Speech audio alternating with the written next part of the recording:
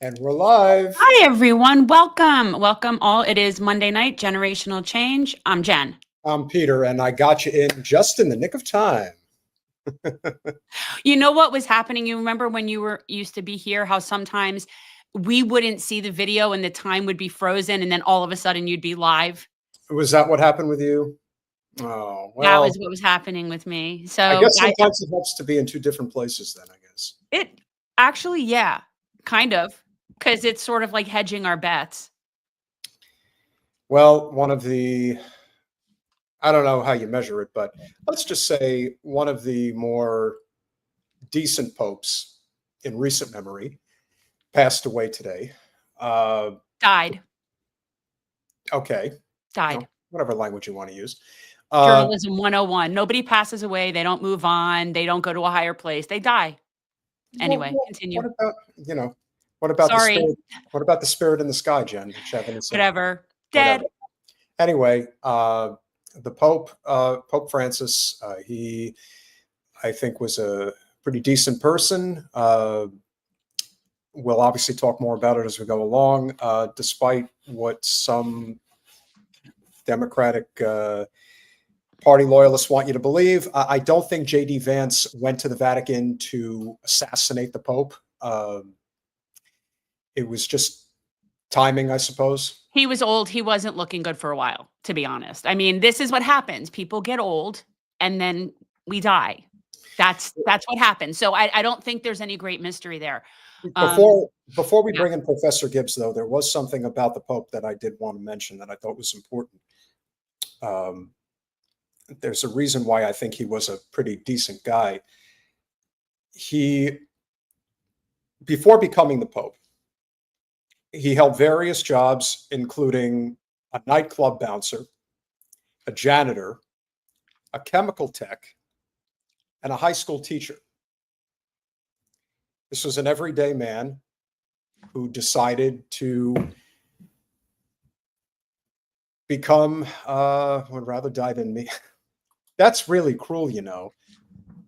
If you're implying that J.D. Vance is not a good Catholic, then I would be inclined to say that that's probably true of every federally elected representative. J.D. Vance is Catholic? Yes. So. Really? The guy who wrote Hillbilly Elegy? Catholic? Okay. He says so. You know, the thing about the Pope, and again, I, as an atheist, all of this is quite like, all of it is kind of just theatrical to me. He was decent. Okay, so he converted. Victoria said he converted. Okay. There you go. So, I mean, the thing about this Pope in particular, and as someone who I not only went to Catholic law school, I've worked at a Catholic hospital. Like, I've just been around a lot. I've been with the Catholics. And so there are certain things that I've picked up. And one of the things is I've always had this fondness for St. Francis. And I have a couple of St. Francis in my house because I really like St. And it's not easy to find a St. Francis without the cross, but I can. But St. Francis, if people don't know, is the patron saint of animals. And it is not one of the saints that I think has ever been chosen. I don't think it was ever chosen as a name for any previous pope because it was always seen as a lesser, more modest, meeker saint, I guess. And so I always appreciated that this pope chose that name. Anyway, that's my, yeah. What else goes to show you is you had a lot of Catholics in particular that didn't like the fact that this was a pope that had a lot of good takes on things, among the most obvious being Palestine. And his message is one that I hope will resonate for a long time. Royal Ace, very happy to have you here. I'd say good luck to your Lions. As a Giants fan, I know we're not going anywhere anytime soon. But for any of those We're that are, not even in season. we're almost there. Oh, Almost there. The draft is in a couple of weeks. Come on, that's Dolphins silliness fan. to me. I don't care about that. That's business. I Come don't on. like that. That whole thing is such talk about a circus and a ridiculous amount of corporate whoredom.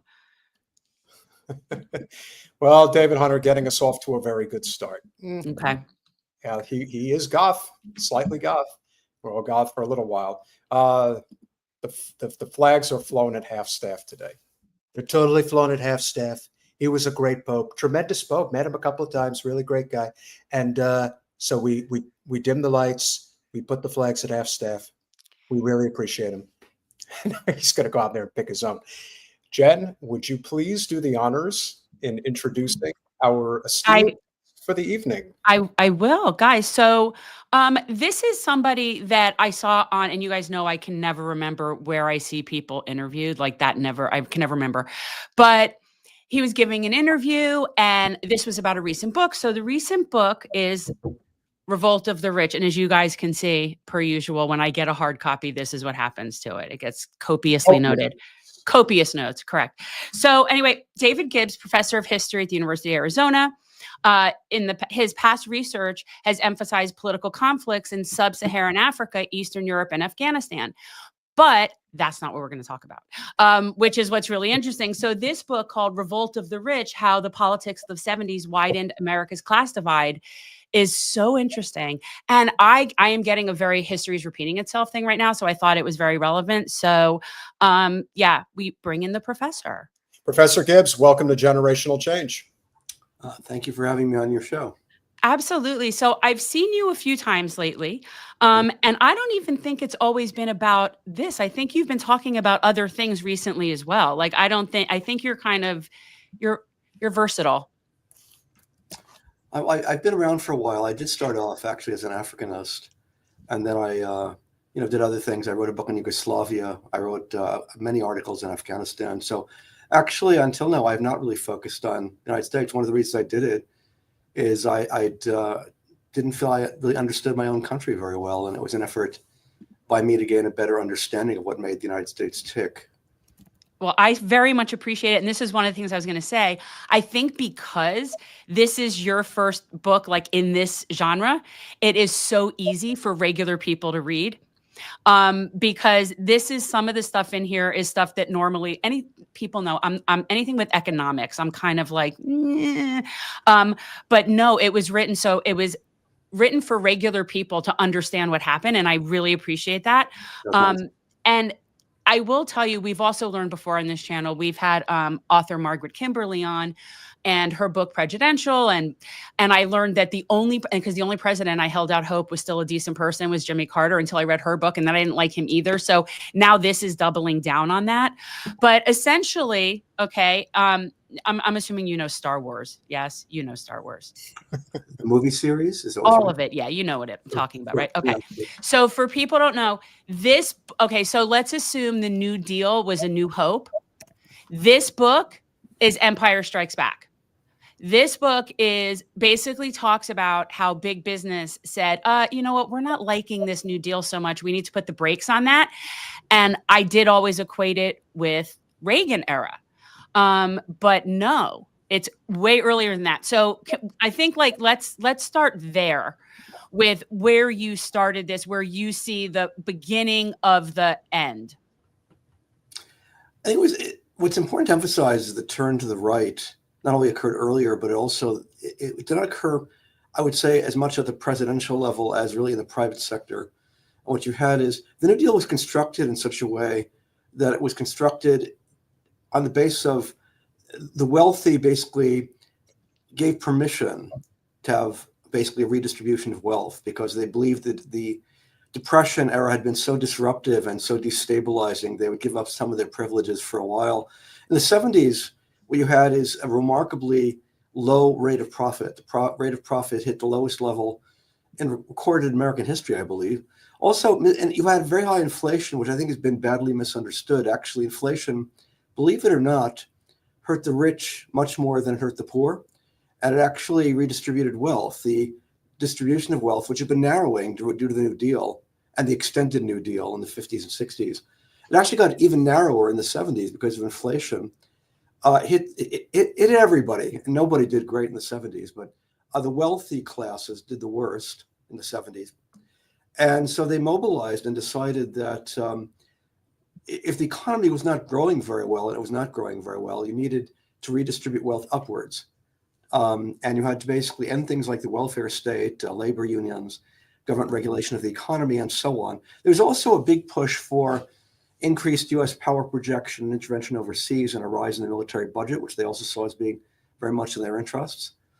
Deregulation, especially of finance, was a high priority. And the people who supplied the brains was a group of economists led by the very famous Milton Friedman and also Friedrich von Hayek. I started reading Friedman at age 17.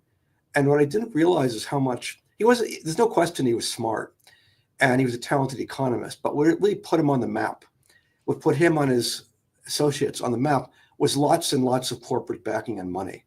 That was the key here, that they decided that Milton Friedman was no longer going to be a marginal figure, which is what he was. He'd been economic advisor to the disastrous presidential run of Barry Goldwater, but rather they'd make him a central figure in the economics profession, which they did. And it really, he provided the brains and the corporate figures provided the money. And it was really an unbeatable combination. Also, one more thing that I did find from looking at the archives, and it's mostly based on archives, I went into the private papers in the 70s. I was very impressed with the strategizing of the New Right, the corporate-led New Right. And they had some very talented people at extremely clever strategies. And they do things the left never does, which is they planned out their moves like a chess player.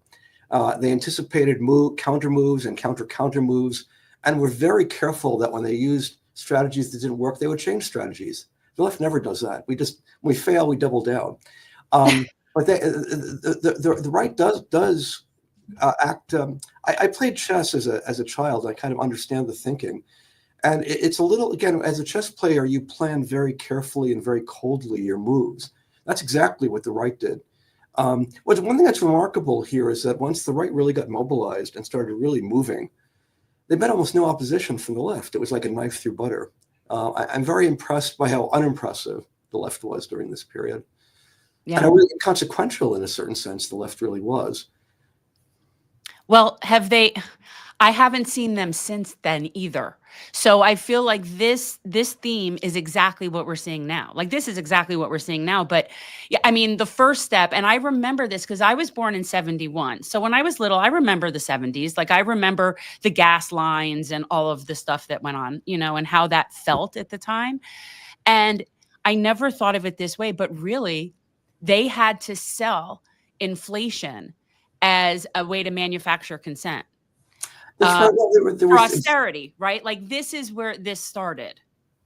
This was, Milton Friedman made a point. Naomi Klein emphasizes this in her book, and she's quite right, The Shock Doctrine, that you need a pretext. That, in other words, people like Milton Friedman were smart enough to realize that basically making the rich richer, which is very much on his agenda, wasn't going to be popular. This is a democracy. We have elections. Why would the people vote to make themselves poorer and make the rich richer?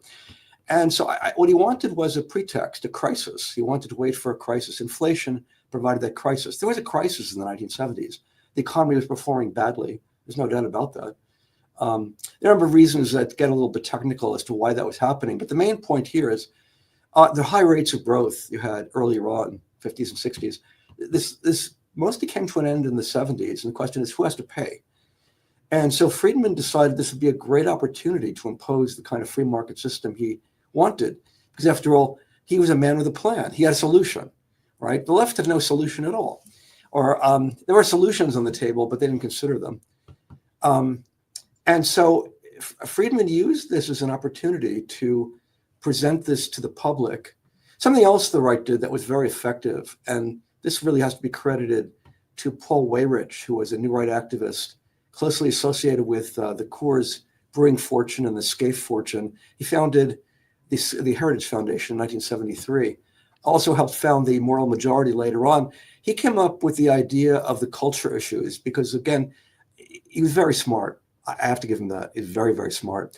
What he said is that we tried going into working class neighborhoods and selling them on cutting taxes for business. And he said, people hate that. They just hate it. It didn't work at all. So he said, so he had this brilliant idea of funding evangelical Christianity and so cultural traditionalism and running against the cultural changes of the 60s. And he said, that worked like a charm. That was very popular.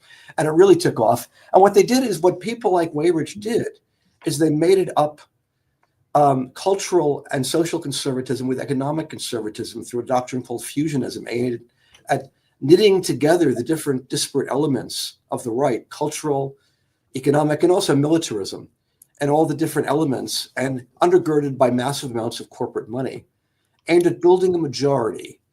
And again, I note the difference with the left, because this was a period when the left was fragmenting into identity politics. You had different organizations of, women and environmentalism, and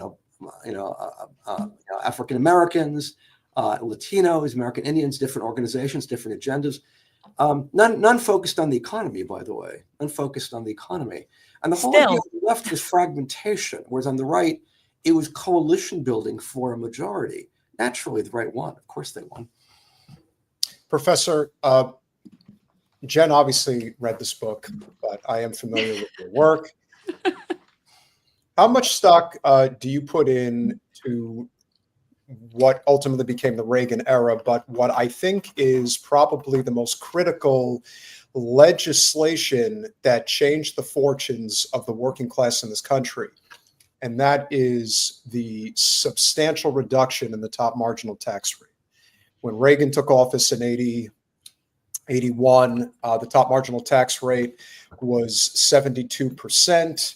He reduced it to 50% in 82. And then in what I do believe is one of the worst second terms a president has ever had, he reduced it to 28% in 86. I do think that played a substantial role in widening the gap. And as you alluded to, during the 1970s, when there was an inflation crisis, it did end up substantially hurting the wealthy. And I'm thinking that like in terms of a puzzle piece fitting together perfectly, it becomes, oh, well, if we're ever faced with this again, we're not paying for it. Am I right in that regard in terms of, the role that played? There's no doubt. Changes in tax law were an important piece of the puzzle. The tax legislation you mentioned from Reagan was a critically important piece of the puzzle. I still think, though, that the Reagan era was anticipated by the Carter era. If you want to look at it at a purely presidential level, the giant ship of state made the big turn in the sea during the latter part of the Carter presidency. So much of Reaganism was anticipated by Carter. I think we don't realize this for a number of reasons. One is that Carter played such a different role as a post-president. He really did play a very different role when he was president. And I think people remember his post-presidency and sort of read it backwards into his presidency, which doesn't really work so well. But I think also Carter didn't use free market rhetoric. Reagan did. Reagan was a proud conservative, whereas Carter implemented very similar policies to Reagan, but just didn't boast about it so much. And on tax policy, what Reagan did, what you accurately described that Reagan did, was anticipated by Carter. The Revenue Act of 1978, which Carter signed into law, greatly reduced the capital gains tax in business. Barron's was very proud of the legislation, said it was one of the best pieces of legislation ever. They said, no more soak the rich with this legislation. It's the end of an era, they said, as indeed it was. Carter, by the way, did this, cut taxes on big business at the same time as he was increasing payroll deduction for Social Security, increasing the burden on working class people. Generally speaking, Carter was a very conservative president. People underrate that. The people in the Carter presidency were also very anti-union, beginning with Carter himself. Carter came from Georgia, which was a right-to-work state, and as governor of Georgia, he grew up in the South. That was a anti-union part of the country, basically. Yeah. And so he really saw no real value to labor unions, as far as I could tell, the people he appointed to high positions. Most were very anti-union. Alfred Kahn, who was this deregulation guru, later on said one of his main objectives was to make the work, what was it? This is almost a direct quote. I wanted to He said, I wanted to make the auto workers worse off. I wanted to make the Teamsters worse off. That's what he said. That's what he did to some degree. Paul Volcker, whom Carter appointed to the Federal Reserve, his most important appointment of all, I would say, one of the most important appointments ever, established basically, well, first of all, he was very influenced by Milton Friedman, Milton Friedman's doctrine of monetarism. He implemented at the Federal Reserve. When he did it, basically, another Federal Reserve official said in private, we now know this, he said, Milton Friedman has won. That's what he said, as indeed he did. And that was appointed by Carter. And what he did is he established basically using the most draconian austerity program ever seen, producing the worst recession since the 1930s, as a means of reducing wages, increasing unemployment, and crushing inflation through those means. It worked in a sense by the mid-'80s. He was reappointed by Reagan, by the way. By the mid-'80s, inflation was to low levels. The problem was wages never recovered. The average male wage in 2017 was lower than it had been in 1970. It never fully recovered. And okay, well, inflation was lower, but that didn't mean people were better off. Working people were not better off. And that was made possible by Carter, because it was Carter who originally appointed Volcker to the Fed, knowing very well what he was going to do with the Fed. And that's why he appointed him. And so, and there are other things he did too, the deregulation of airlines, which has been widely touted. This had no effect on ticket prices, we now know. Research by Northwestern economist Robert Gordon, refuted that myth that it lowered ticket prices. It didn't. But lower wages in the airline industry and set a precedent for multiple rounds of deregulation, including interest rates, which were commercial interest rates, deregulated by Carter in 1980 with the Monetary Control Act of 1980, which basically helped set up financialization where the rates of profit changed in the economy, moving away from industry and towards finance, playing a major role in deindustrialization and the wiping out whole classes of high-paying blue-collar jobs. So I don't really see Reagan as the main figure here, the main mover of what's now called neoliberalism. I see Carter really as the one who got the ball rolling, and Reagan mostly continuing the policy that Carter had begun. That's how I see it. I know that's controversial, and I know that'll ruffle some feathers. And I might add, again, there is much about Carter's post-presidency I do admire. And I do think, on balance, looking at the man in terms of his whole career, I think he was well-intended, but he must also be evaluated in terms of helping to create this enormous wealth divide that we have today. I think that, and one of the key things that I never thought of as happening under Carter was the corporatization of the party, where he started getting, he was much more associated with big corporate company people. Like, I didn't realize that at the time. And that is when, and from reading this, I almost got a sense, I can't even find it. This is the problem when I have too many notes, where I got a sense that it was almost the same as how Hillary referred to Trump's people as the deplorables, where there was this sort of disdain amongst Democrats even about working class people. And that this started earlier. Like, I didn't realize this started earlier than I always thought it was 80s. But yeah, and that's where it got into corporate sponsors instead of affiliated with labor.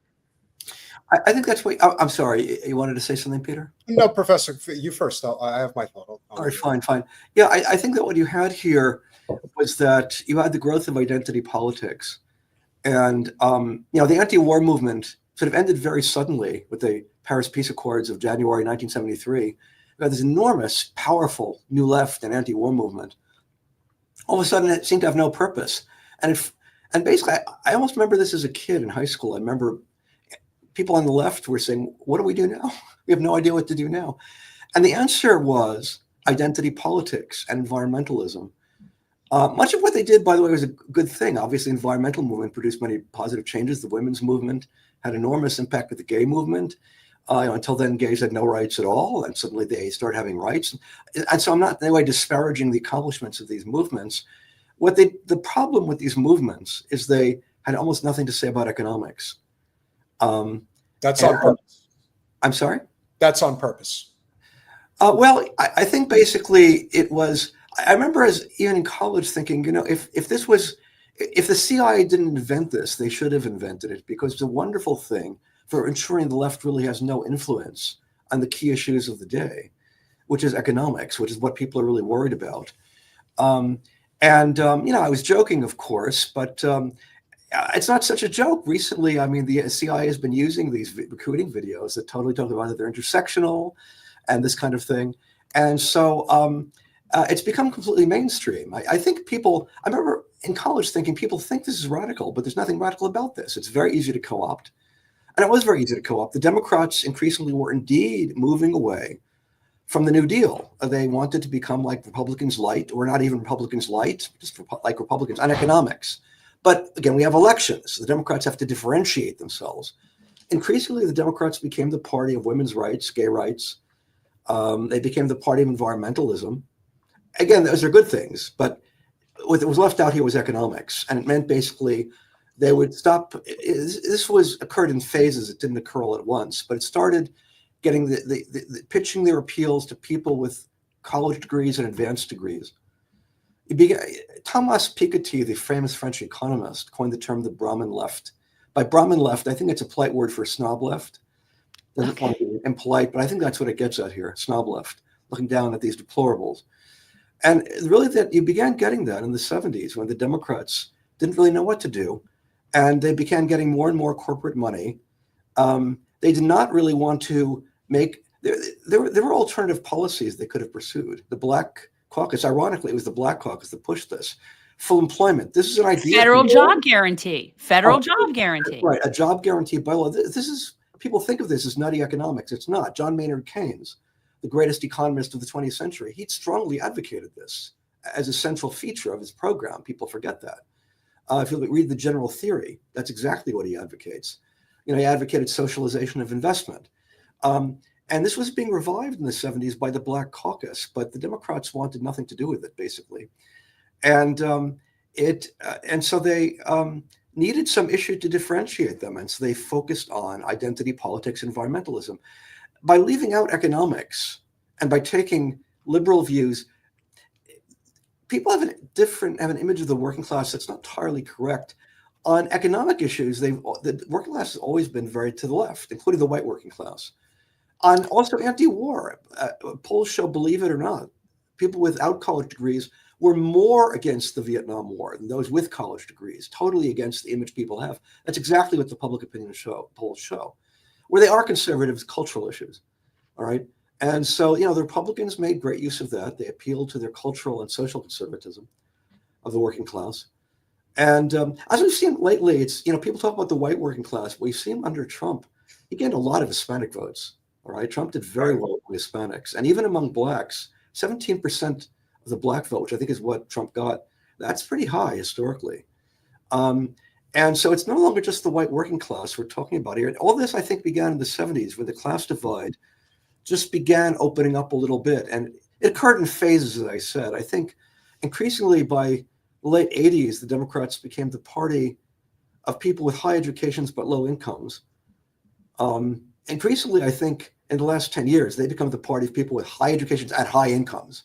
All right, that's what they become. And the working classes moved to the Republicans. And I think what we're getting here is just neoliberalism, light of the Democratic variety. I think this reached its apogee during the Clinton presidency, when his chief economic advisor was Lawrence Summers, the Harvard professor, who talked about he's an open admirer publicly of Milton Friedman. And he said, all Democratic economists are Friedman admirers now. That's what he said. And he said, and this is almost a direct quote, if people are being treated more unequally over time, it's because they're treated the way they're supposed to be treated. That's what he said. All right. And he was the top economic advisor at both Clinton and Obama. And so if you have that kind of economics, you're going to have to go for people with high incomes, naturally. And so they didn't have the working class anymore. And the Republicans, obviously, were not going to have economic policies that favored the working class, but they favored them in terms of style. The Democrats used this very upper crust style, using very academic sounding phrases like intersectionality, which do not play well in working class neighborhoods. No. Well, using terms like cisgender normativities and whatever that means, I don't know, but it went a long way towards alienating people without college degrees. It was very effective in that respect. Problem with Democratic strategy of appealing to people with advanced degrees and high incomes, there just aren't enough of them to win elections. I wonder if they're starting to finally figure that out. So I think you had the Democrats become mired in this ideology of neoliberalism and identity politics. I mean, there's been a little bit of a break with the latter under Biden. Biden's problem is incomes went down under his presidency. They like to obscure that fact, but living standards, real living standards, inflation adjusted, went down during his presidency, and that's discredited. I'm sorry, but go ahead, Peter. No, I think that I think that there's an inflection point that not enough people talk about. Everyone focuses on Reagan, but the real inflection point to me was the last stand of the New Deal, and that, of course, was the 1980 Democratic primary between President Carter and Senator Kennedy. And I think a lot of times people forget just how vicious that primary really was. Yeah. And I think that the Democratic Party basically sealed its fate then. It's been 45 years, but Ted Kennedy was a New Dealer and a true, New England liberal, if you will. And he was beside himself in what the party was becoming. And I think now to the run that Bernie Sanders had in 2016, not in 2020, two completely different presidential runs. Agreed. But there was something very special about Bernie's run in 2015 and 2016. And I often wonder what, at your stage in your life, and you've obviously seen a lot, and I do believe that this country has been on a downward trajectory since Kennedy was assassinated. I think a lot of times people have been kind of looking for this, where do we get back on track, if you will, in the right direction? There's a lot of people who are leaving the Democratic Party. They don't want anything to do with it anymore. They've realized that even attempting to take it over in any capacity is a fool's errand in many ways. There are those who still want to try. What would you recommend right now for the working class of this country? Because right now things do look pretty bleak. Trump is obviously, for the most part, able to operate as a king because he does not have any real opposition. So what would you be doing right now to advise people in terms of strategy for the working class? Yeah, I think, first of all, and what the Democrats have to, the activist left needs to do even more is to ask, what did we do wrong? And take stock of all the mistakes they've been making. And I think basically a key point in the last few years was in 2020, when Bernie Sanders was making his second run, which I agree was different indeed from his first run. He effectively got the endorsement of Joe Rogan with his millions of viewers, with a lot of people who are otherwise inclined to vote for Donald Trump, a lot of working class viewers, working class men especially. And he effectively endorsed Bernie Sanders and said that I like his policy, I like his consistency. He wants to genuinely help working class people, and I appreciate that. And Bernie Sanders used that as endorsement, and there was an outrage at Bernie Sanders for doing this. AOC famously boycotted his campaign for a time. I'll never forgive her for that. Ever. Well, I agree with you. That was, and basically the reason was Bernie that Joe Rogan had said had basically said he didn't criticize trans rights. That's a different story, but he insisted. He expressed his opinion that basically people who transition are still their original sex. And, he didn't use the term chromosomes, but he was taking the chromosomal view, that he takes the view that chromosomes ultimately determine whether you're a man or a woman. And he's entitled to his viewpoint. And I don't think that viewpoint is so outrageous that it shouldn't be allowed on the air, which I think a lot of people do. And because of that, fact of the matter is the majority believe that. Okay, for better or worse, that is the majority view. No, it's not. It's not the majority view. It is the super majority. That is true. That is true. All right. I think the term he used, a man can wear a dress, but he's still a man, and there's no doubt. That's the super majority view. Quite correct. But if I can interject, and I do think that this is important here, and this is something that you as a professor, and you're a professor at a very noted university, and I am sure that there is plenty of stuff that goes on at UA. Jen went to Boulder, I went to Rutgers. You go to these big institutions, and you're going to get a lot of different opinions about what is the right social construct on a given issue in the political sphere. But the bigger concern that I have is that this country has been smacked in the face 9 ways to Sunday, knowing that we're the only developed nation on earth that doesn't have a single payer healthcare system. And the fact that we still want to pretend that this isn't the domestic issue of our time, and we have a government that doesn't answer to the people. It answers to corporate special interests. Just look at Israel, and need I say more? We, the people, do not have a say in our foreign policy. If we did, we wouldn't have 900 that we know of military bases around the world. And I think when these issues of trans rights gets thrown into the mix, it's strictly done to distract people from focusing on issues that can actually affect pretty much everybody's life. That, to me, is the big crux of it all from where I stand. You know, I think there are two angles to this. One is that the right has always been very effective at demagoguing that issue. There's no doubt about it. On the other hand, the left gives them this issue on a silver platter, is what they do. They give it to them on a silver platter, not once, but again and again. And that's what happened with Joe Rogan. Basically, now, now people are complaining the left needs a Joe Rogan. Obvious response is the left had a Joe Rogan. He was called Joe Rogan, but they didn't want him. And so pushing people away and saying, we don't want you, you're not good enough for us, is what, and again, the Brahmin left problem, which, Thomas Piketty was referring to the Democratic Party, the mainstream counterparts in Europe, Socialist Party of France, and so on. What he said is even more true of the activist left. I mean, there have been polls on this. The More in Common Foundation had a poll, and they divided American ideologies, and I think 7 different ideologies left to right. They had progressive activists, which were the furthest left, 8% of the population, highest incomes of all the 7 ideologies, and highest educational levels, meaning that these are very privileged people. And so this is a break from historically what the left was and was supposed to be, which is representing the working class. The working class exists only as a figment of the imagination of left activists. And I see this with my friends all the time. And they really don't want to hear it. And you can, the language they use, the very upper crust academic style language. By the way, a lot of these terms, these jargon terms, have been very detrimental to intellectual life, I would say, because nobody really knows what they mean. And they're used very performatively just to signify to that, you're on a particular side or something like that. It impedes debate and real thought thinking on the left in academia. But much worse than that, people use these terms in activism. And if you have a political meeting to have a union or something like that, and the facilitator talks about, let's talk about intersectionality and let's do pronoun training, people without a college degree, they will get up, walk out, and never come back. I'm sure that's happened again and again.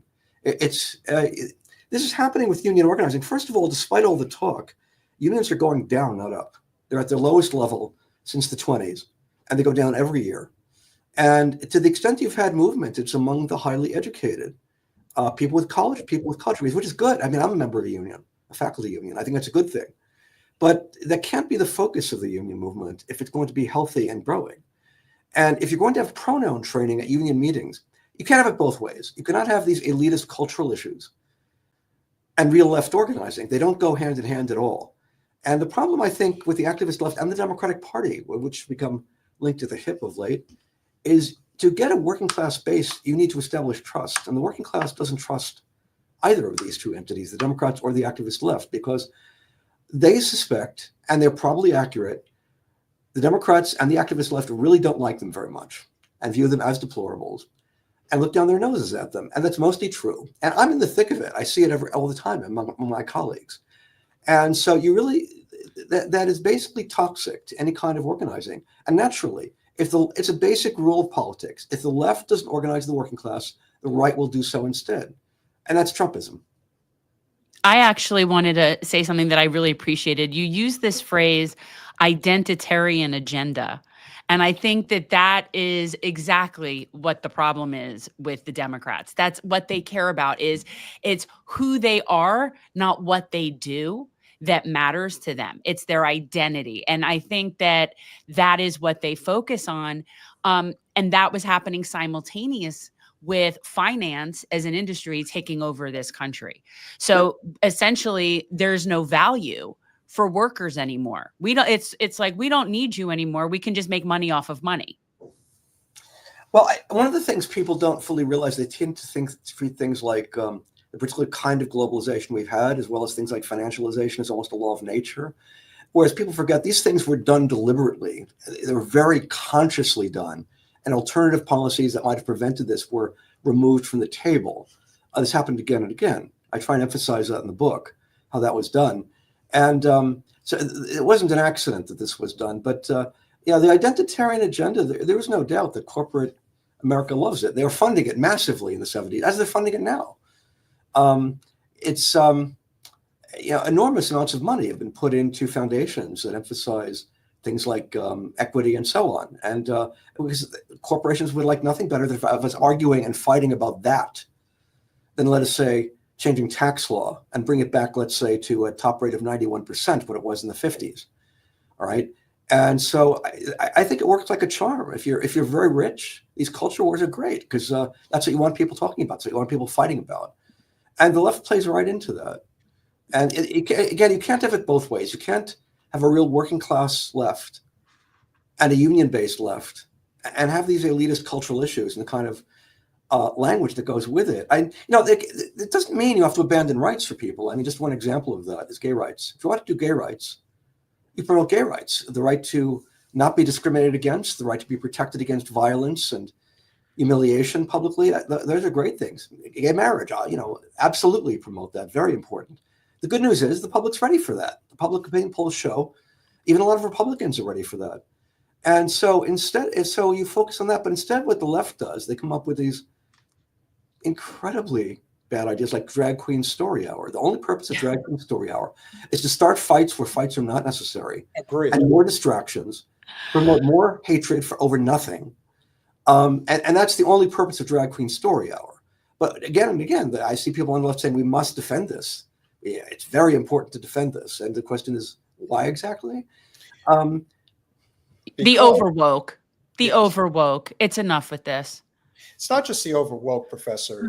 Jen ran for Congress against Wasserman Schultz, and one of the experiences that I saw very clearly is that it was the tale of two cities, if you will. It's no different than, are you dealing with the people that live on the south side of Phoenix, or are you dealing with people that live in Scottsdale? Well, it's kind of the same thing.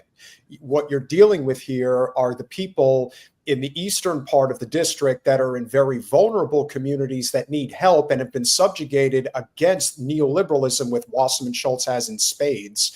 And then you have the wealthy western county suburbs where pretty much everybody who's there who is a Democrat votes. And they all live in gated communities. And when they show up at events, it's always about, oh, it's the guns. Oh, it's the trans rights. It's anything that does not involve whether you can put food on your table. Never.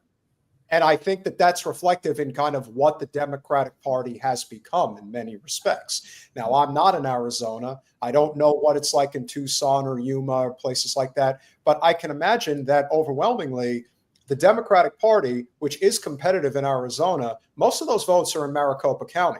Pretty much any place outside of that, it's all super red. And I think that that's reflective in kind of how it is in just about every part of the country. It's become an extremely urban-centric political party that is turning into a minority party. People are not joining the Democratic Party anymore. If anything, they have to do everything in their power not to lose more than they're losing already. And so as we kind of, wind down the conversation, I'm curious, do you think that there is an opportunity here? Because we're obviously focused in terms of a race that you may be or may not be aware of as of yet, but a gentleman by the name of Butch Ware is running for governor in California on the Green Party ticket. And I think if he gets a few $1 million behind him, he's going to be a pain in the ass. Like, I really believe that. I've seen him. He's actually quite sharp. He does very well, I thought. Yeah. So I didn't know about him running for governor of California. That's an interesting development. I really would be loath to make any kind of predictions here because things seem to be so much up in the air. Trump is doing things I honestly didn't expect him to be doing. The tariff wars, for example, are so destabilizing. I have no idea where this is going to go. We very likely will see some kind of recession. It could be a deep recession. I can't really say.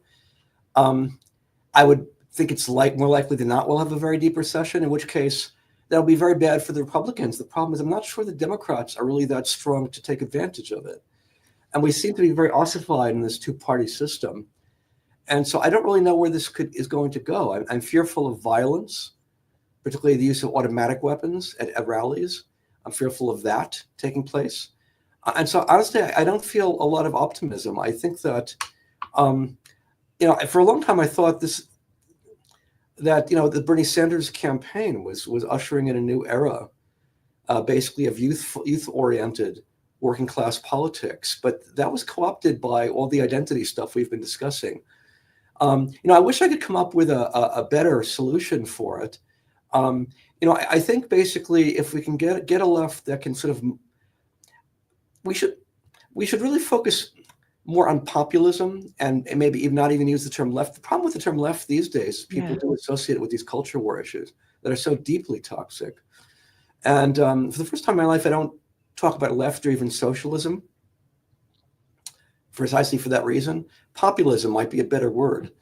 And I think making common cause with people on the right, what's called the right, bottom line is we're going through a realignment right now. You do get people like Joe Rogan, who ultimately endorsed. What I'm very fascinated by are the voters who voted for Bernie Sanders in 2016 in the primary, then ended up voting for Trump. I know those people. I know them. Oh, yes, I do too. And there's a significant number of them. Mm-hmm. And I think basically that's the group that really need to be hit. We need people who are capable of organizing that group. And it's no longer just, people tend to think of this as just whites, but it's not true. You look at the public opinion polls, it's not just whites. It's more than that. And I think that there is a distrust in the Democratic Party that will never be regained. And I think there's many reasons for that. People are looking around thinking, was the Democratic Party dead? Well, Jen's been saying the Democratic Party's been dead even before the election of 24. But what I think is also very telling is you've got two elements at play right now. Number one, Kamala Harris is going to run again. Is she going to run for governor of California? Probably. Is she potentially going to run for president again? That'll be hilarious, but let her, maybe.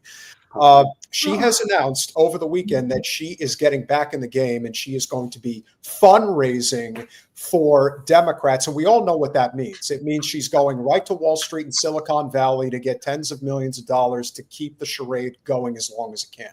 And then the other part, which we're not going to really get into because Jen doesn't want to get into it, so we're not going to, but I'm only going to make a point of fact here, is that David Hogue, who is from down here where Jen is located, is the new vice chair of the Democratic Party. And he went on one of the Sunday morning shows and he said, yeah, we're going to primary some Democrats and we are going to fully back Hakeem Jeffries for the new Speaker of the House. And I'm thinking, you've proven once again that you're not changing anything. Nothing. What are you going to do? You're going to pick off one or two House representatives? Lottie freaking da if you do that. Highly unlikely, but let's just say that they do. It's not going to change the Democratic Party's infrastructure. It's not going to change their taking the money from the MIC, from Wall Street, and from Silicon Valley. That's not changing.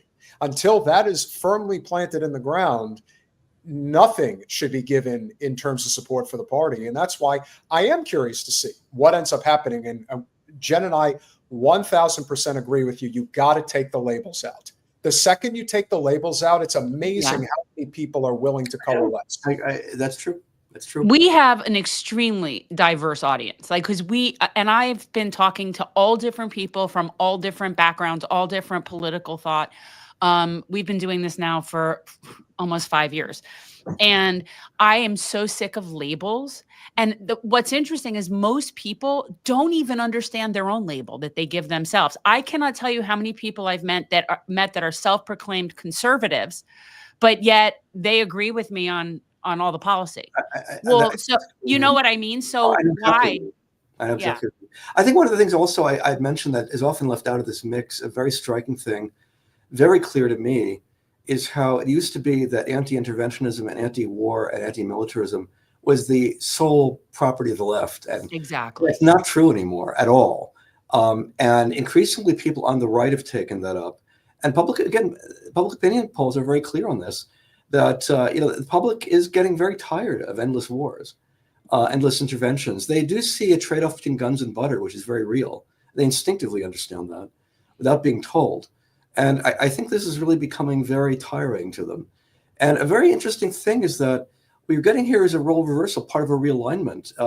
Traditionally, again, hostility to the military-industrial complex, to NATO, to the CIA, to the FBI, clear ideological breakdown there. Now, hostility to those things is more on the Republican side than on the Democratic side. I think there's a reason. I think there's a reason for that. I think when you think about the worst presidents of the 20th century, you can toss it up in the air between Woodrow Wilson and LBJ, but LBJ got us into Vietnam, and Vietnam, it was a Democratic president, Democratic voters war, if you will.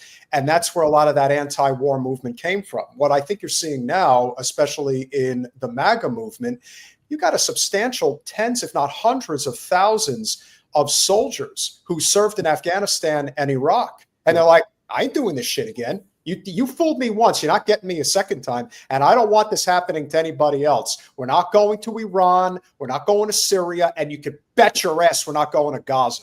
So I really think that in many ways has a lot to do with the fervor that has grown on the populist right, the libertarian right, if you will, of politics. And it's here to stay. It's true. I do see these people in my class, which you're mentioning, is a very heavy military presence in southern Arizona here where I teach. Yes, very much over so. the years, I've seen, really since the War on Terror, a real embitterment by ex-military personnel with overseas interventions. Just one example, I remember after the War on Terror, I had one guy, an older guy who was been in the Navy, and he said he joined during the War on Terror to fight for freedom, and he felt he was defending the oil companies. And that he started asking me for books on Karl Marx. He really did.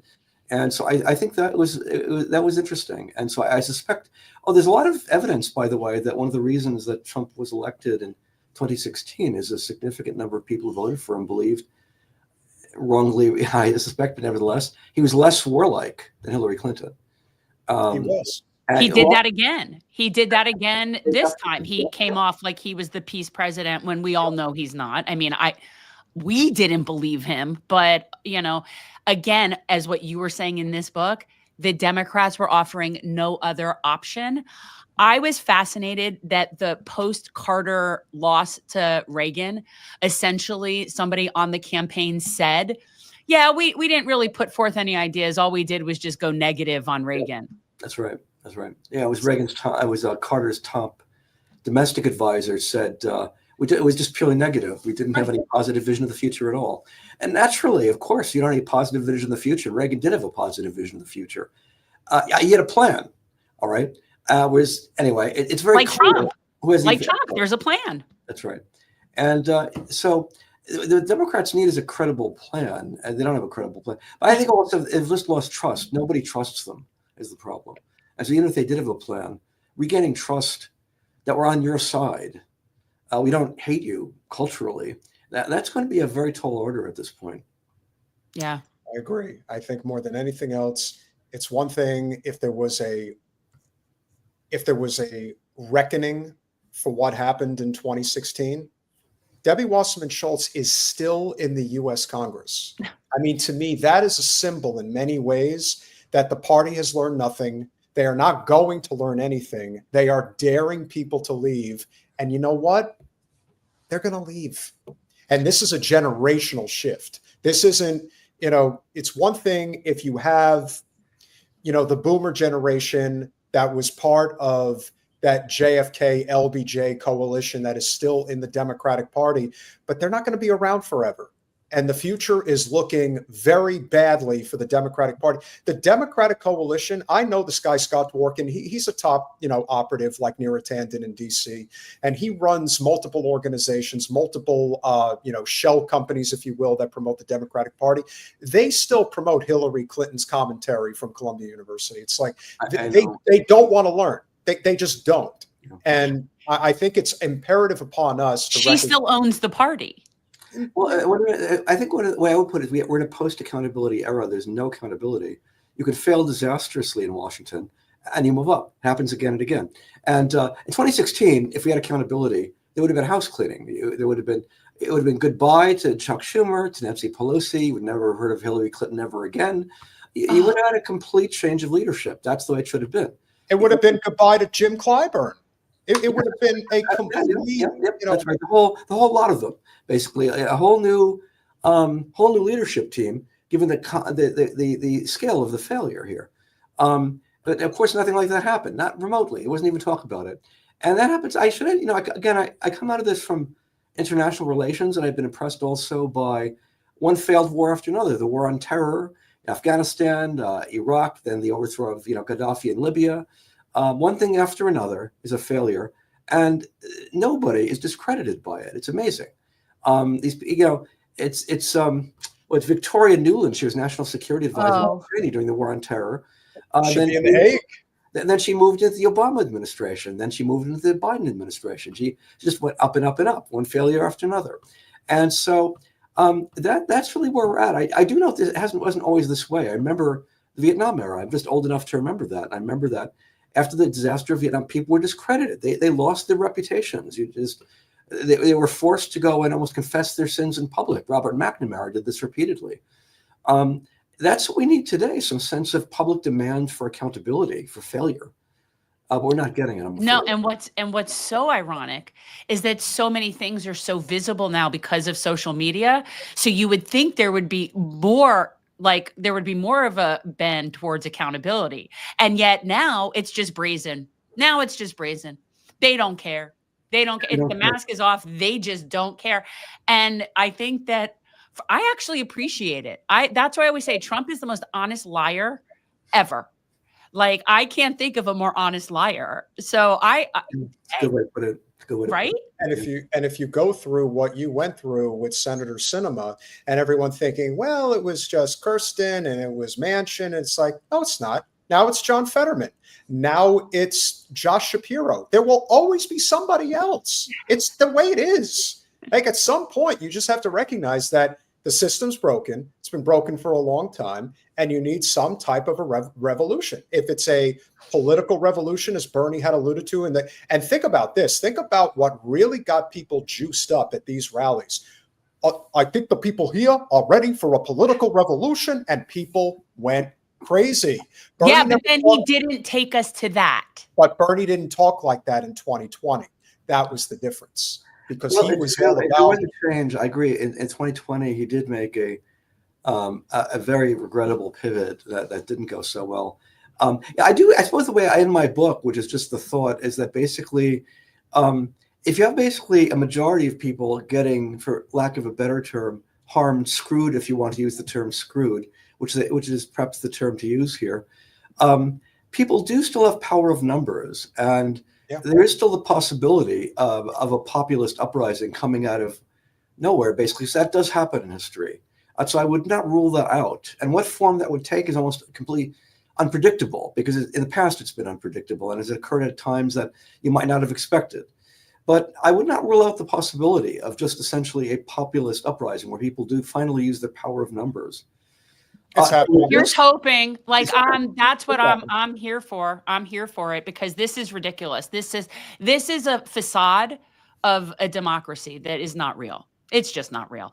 And most people that see that don't feel like there's anything that you could really do about it. So it's just at this point, it has to trickle to enough people that end up with nothing left to lose. And that's when we'll have the revolution. Professor, thank you so much for coming on this evening. Guys, if you haven't yet gone to the website, links are in the description. Jen, if you would. Revolution of the Rich. No, Revolt of the Rich, how the politics of the 1970s widened America's class divide. And guys, this is really the Empire Strikes Back chapter. So what we're working on now is Return of the Jedi. I feel like that's where we are. Like, it's our moment.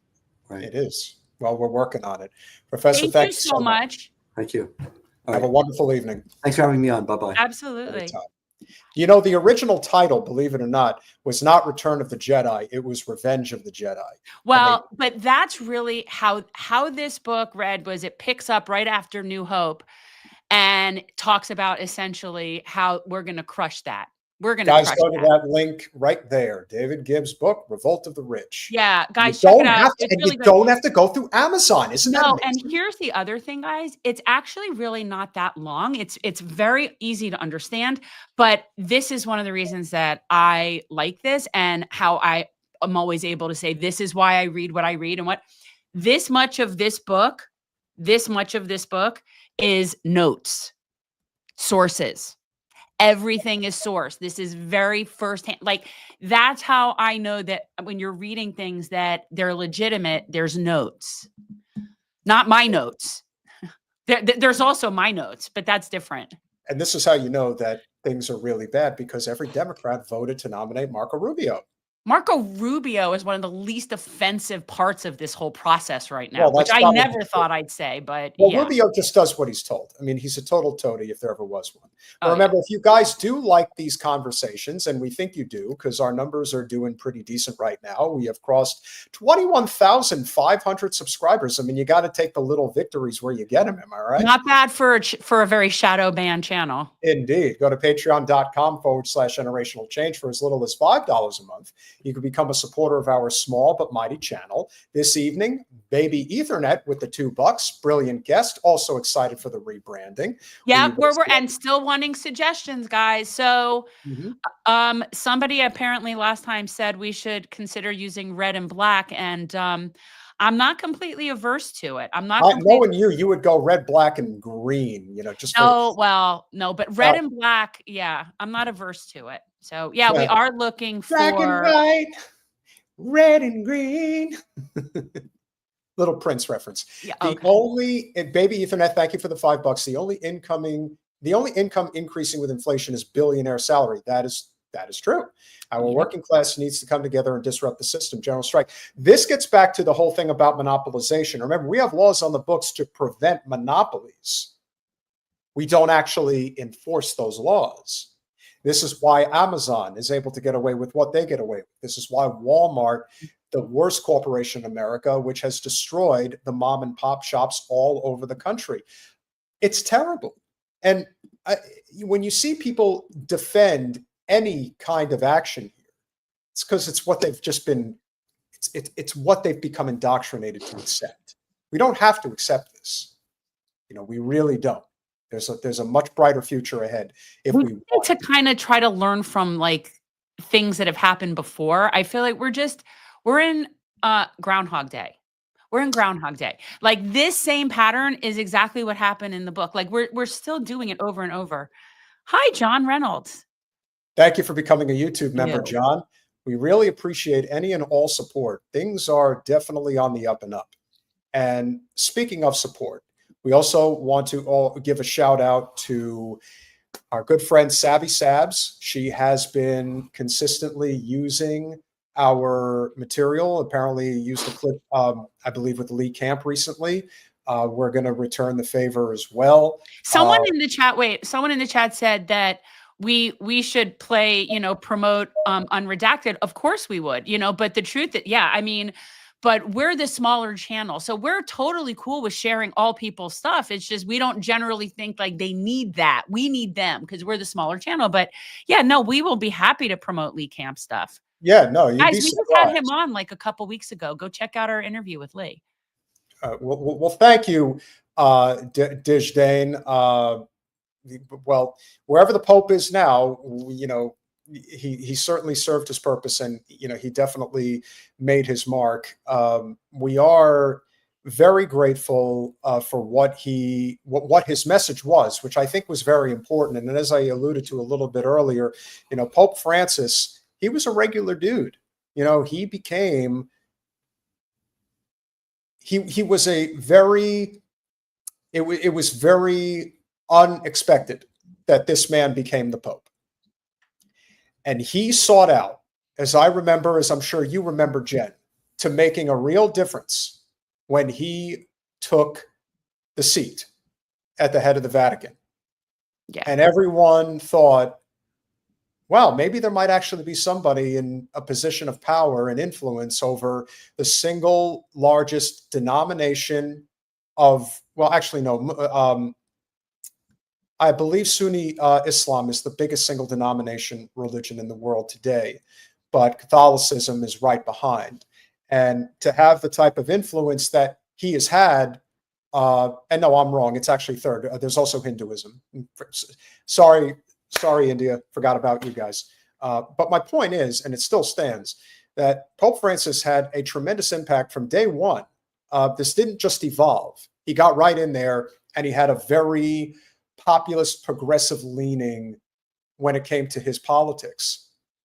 And I remember the big stink that the Democratic Party made when he invited Bernie Sanders to the Vatican in 2015 to meet with him.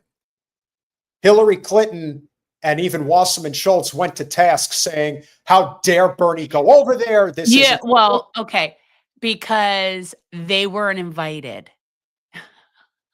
That is so clear, Hillary. You are not getting an invite to go hang with the Pope. That's not happening for you. Yeah, I think that they were just jealous, but in their own mind, they would say, Oh, well, good.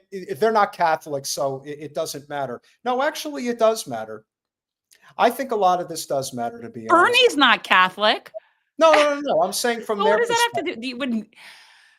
No, this Pope did some really interesting things, and I do think that this will be the biggest issue. The biggest, I think, change was that this was the first Pope from outside of Europe. This was the first Pope from South America, and I think that is a huge opening. I mean, he was Argentinian, but he did a lot of things when he first came in as Pope that were really very humble and I found really kind of cool. And yet I still am opposed to the entire concept of Catholic Church and the whole premise of the wealth and the Vatican. And I've been there and I've been through the Vatican and I've seen the riches and I've seen the wealth and it's quite grotesque. And so I have a lot of issues with this, but he definitely, I think, was a very well-intended individual. Yeah.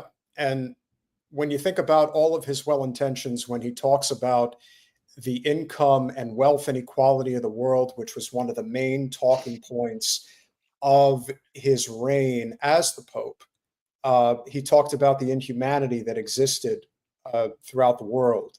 And this was well before October 7th, 2023. So apparently every day post October 7th, the Pope would have conversations on the daily with citizens of Gaza. He used his platform in a very righteous way to bring attention to what he called a genocide. He did not hesitate to use that word. And it takes a lot of courage. How many, what is there, 2 billion Catholics in the world? Takes a hell of a lot of courage to do what he did. And I know people will joke about, oh, did they decide to take him out because he was speaking a little too favorably against the state of Israel? Let me tell you something. This is similar to what we're going to talk about at the end of the show regarding Kobe Bryant. I don't care if it's a conspiracy. Conspiracies only permeate in an unjust system. We're talking about Kobe Bryant? Not on this topic. It's on another topic. It's on healthcare. Okay. But what I'm saying is, when people will suggest, did Israel have the Pope killed? I'm not going there, but do I blame people for going there? No, I don't. It's a genocide in full view every day. And people are wondering, when's it going to end? I don't know. Well, I've been saying that for a while, that how this ends. I mean, I've said this for a long time, how this ends. Well, as Norman Finkelstein has so pointedly, said, there is no Gaza left. Gaza has been completely destroyed. It doesn't mean everybody has been killed yet, but it's really bad. Colin, please check your phone. They're in the final solution stage. And this is where we are. This is a Holocaust. It's just a Holocaust. They're annihilating an entire people. And there's no way out for them. Where are they going? How does this end? You want to know how it ends? It ends with 2.2 million dead bodies in the desert. That's how it ends, which is what I've been saying for a year and a half. And if you're going to share a photo of the Pope, Please let it be this. Yeah. That's the photo you should share. And I honestly, guys, I don't think anything had to do with anything. I think he was very old. He was clearly on oxygen. He died. I don't think there's any conspiracy there. I really don't. And, would that completely shock me? No. But to what, I just don't see the point. They've got so many more like people that they're worried about going after that are actually in positions to do things that they're more concerned. I don't know. I just don't see that. And this is why, despite any of the other conspiracies that are out there, this is why the vice president went to see the Pope yesterday. It's because he knew he was dying. And he, as the vice president, wanted to take the opportunity as a Catholic to see the Pope before he again. Yeah, no.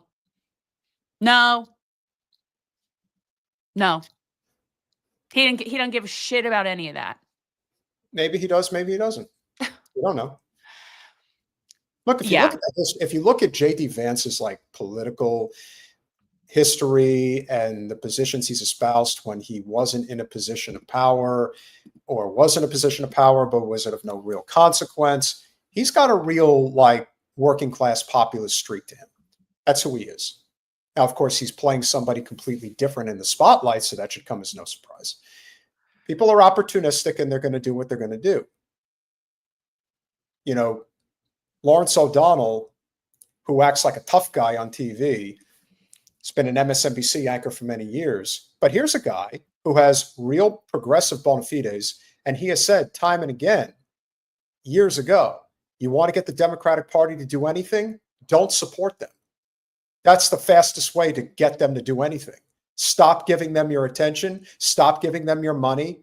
Stop talking about them. Let them go by the way of history, like the Whigs.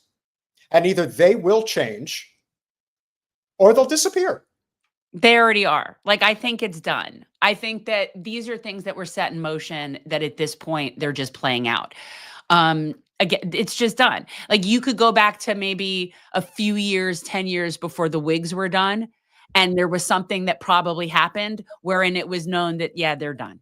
Right? Like, it doesn't just happen overnight. But yeah, the Democrats are done. They have no base. They have no nothing.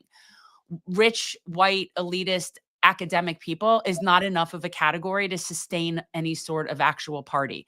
And we didn't get into it when Professor Gibbs was here, but he said something right along the lines of how I have always referred to them as New Coke. There's no point. There's no there there. There's nothing.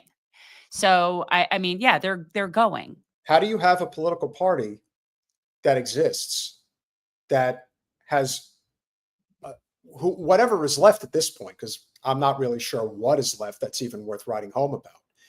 But when you not only have a genocide going on, but you have the genociders making videos like this and going viral, you have to ask yourself, at what point do you accept this broken system anymore?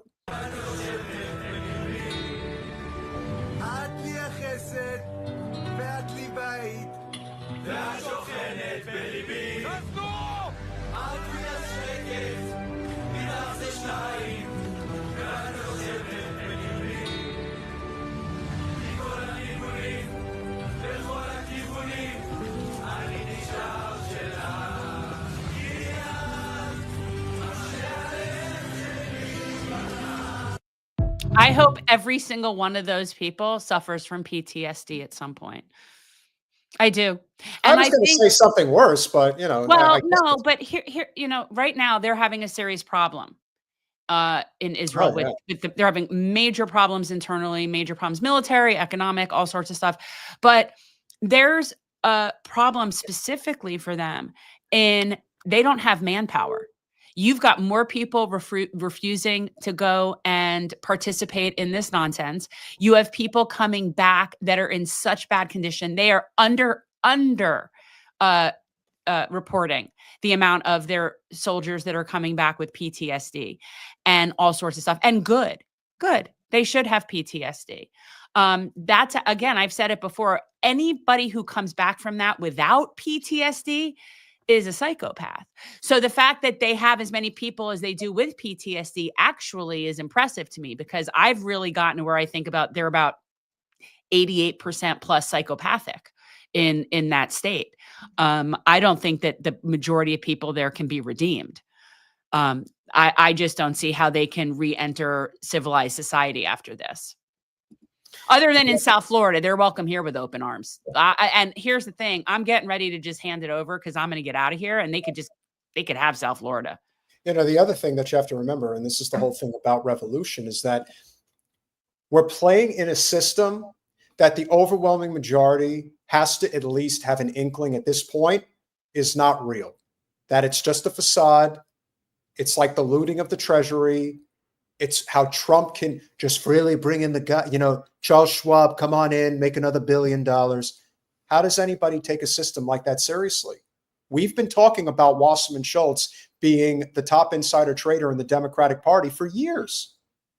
Nancy Pelosi has an entire Twitter account devoted to following her stock trades. You know, there is a, it's not real anymore. I'm not sure it ever really was, but it's at the point now where you would really have to be blind, willfully blind, deliberately. Well, aren't we seeing that people are noticing it? Do you really think, like, it's not a surprise that people want to set people's houses on fire. It's not a surprise that people want to kill people. This is not surprising. I'd be surprised if they didn't, given the amount of violence that is perpetrated on us as a civilization. Yeah. They're lucky that it hasn't gotten to that point. Yeah, it's getting there. Yeah. It is. And I think what Professor Gibbs said is very interesting. Like, I am concerned that there will be major, automatic weapons at events and stuff like that. Like, we're getting to that. That's the revolution. I don't know why people can read about it historically, but not understand that it happens. So revolutions are not peaceful. They're not peaceful. It doesn't happen peacefully. So to think of every other previous civilization that has been revolted against and how that worked, why would this be any different? Why would this, especially with the amount of weapons and arms in this country? I mean, we are the most violent empire to have ever existed. And to think that our people are just not going to react violently. We have no respect for law, no rule of law, no international law. We don't even respect our own laws. We break every agreement. Why would anybody care about rule of law? Like, I don't see what the point of that is. We're a completely rogue nation. Teresa, thank you so much for the $10. Always great to see you. Yay, Jen. Thank you, Lee. Needs more followers too. Of course, because he's sort of starting afresh because, of all the stuff that went down. But yeah. He's gone through a lot too, no question. Michelle Bell, thank you so much for the $4 super sticker. We really do appreciate any. I hear the song in my head. Do you hear it when you see Michelle Bell? No. You don't even know what song, do you? I don't know, Jen. I'm not as old as you. Okay, that's uncalled for. But it's a Beatles song, and it's called Michelle, and it's Michelle My Belle. And it's that's the song, and it's a Paul McCartney song, and it has French lyrics, and it's really sweet. But anyway, thank you guys. Thank you. Well, I know now. Well, I know now, and that's what matters. So for those of you who follow Shoe on Head and are familiar with June Lepine's, satirical long form videos that she does, and she's built one hell of an audience over the years. I would never generally find a reason to do a segment on her because a lot of the stuff she talks about is like the culture war stuff, and it's very, not really what I would consider to be relevant to the topics that we're talking about. However, she did decide to do a long form video regarding USAID. Now, she is a very intense researcher, the likes of Kim Iverson and so forth. And so she put this together, and I thought it was very telling in a lot of ways. It really dug into this whole idea of what is USAID? What are we really giving our money towards? And spoiler alert, it turns out that a substantial portion of USAID is about facilitating the military-industrial complex. I'm not surprised. Shocking. Neither should you be. And so here's what June had to say. Doge's supposed goal seems to be cutting useless spending the government is making us pay taxes on. And yes, we should be auditing the government. I think that's a good thing. Frankly, I don't care who does it as long as they do it well. Good things are good, bad things are bad. I'm anti-bad things, pro-good things. Months before dismantling the Department of Education, or apparently Sesame Street, Doge's first order of business was dismantling USAID. Without providing any proof, Elon said USAID is a criminal organization. Oh yeah, they're an international crime syndicate hell-bent on helping people. It is a crime syndicate. It is. So it's like, this is one of those situations with USAID, and I said this at the time that first came out about cutting it, where multiple things can be true at the same time. So it's right. So you could, both sides are pointing out true things and they don't contradict each other. But yeah. Pretty f***ed up, huh? Taking money away from an aid program that helps poor people all around the world. Except USAID was not exactly that. In fact, it doesn't even f***ing stand for aid. It stands for United States Agency for International Development. Although it said USAID provides 42% of global aid, the truth is most of those funds are just spent paying US contractors. Ooh, and the truth comes out. And there it is. Foreigners don't receive much of America's $35 billion annual foreign aid budget. Instead, big American aid contracts tend to go to big American companies and non-governmental organizations, NGOs. Do you know where else this activity is taking place right now, ladies and gentlemen? Oh, a little place called Ukraine. It's the same thing. But this is the same thing as how it always works. So we've said this before about, when we give $20 billion to Israel, we're not really giving them $20 billion, right? We're probably giving them a couple of $1 billion, and then $18 billion is going to like Lockheed and Raytheon and those companies. And so ultimately the money that we're giving in aid is really just satisfying our shareholders. This is the same thing. It's the same concept. So it's like, yeah, we're giving money, but we're giving money in a way that it only benefits ourselves. Amen. And secretly conducting regime change all around the world. In fact, 80% of all USAID funding goes to just 75 organizations, while only 6% of that goes to aid. That's about right. I have been saying this for a long time. I said it to Jen. I've said it to my friend who sits on their board. I don't hold back. This is like the Red Cross. It's a giant circle jerk. That's all this is, like Bill Gates Foundation. Exactly. It's a giant circle jerk. Mm-hmm. All that you think is actually going to help people. Kind of like the second a disaster hits. California wildfires, Hurricane Katrina. How long is this video? How long is this video? A few minutes. Okay, I got to go run and get my my bullet. Okay. And so what's interesting about these particular organizations, such as the Red Cross, is that if you look at how much of the money that is actually spent on actually helping people, it would make you sick. And in most cases, it's a number so small, it rivals exactly what's happening here with USAID. And that shouldn't surprise anybody. So for those people that are out there defending USAID, I can't help but think that the reason they're doing it is because they're being encouraged, or let's just say it, paid to do so by the Democratic Party establishment. For what reason, I can't tell you, but it's absolutely insane to defend this type of behavior. Now we're getting to the nitty-gritty as to what's actually going on, and it's pretty ugly.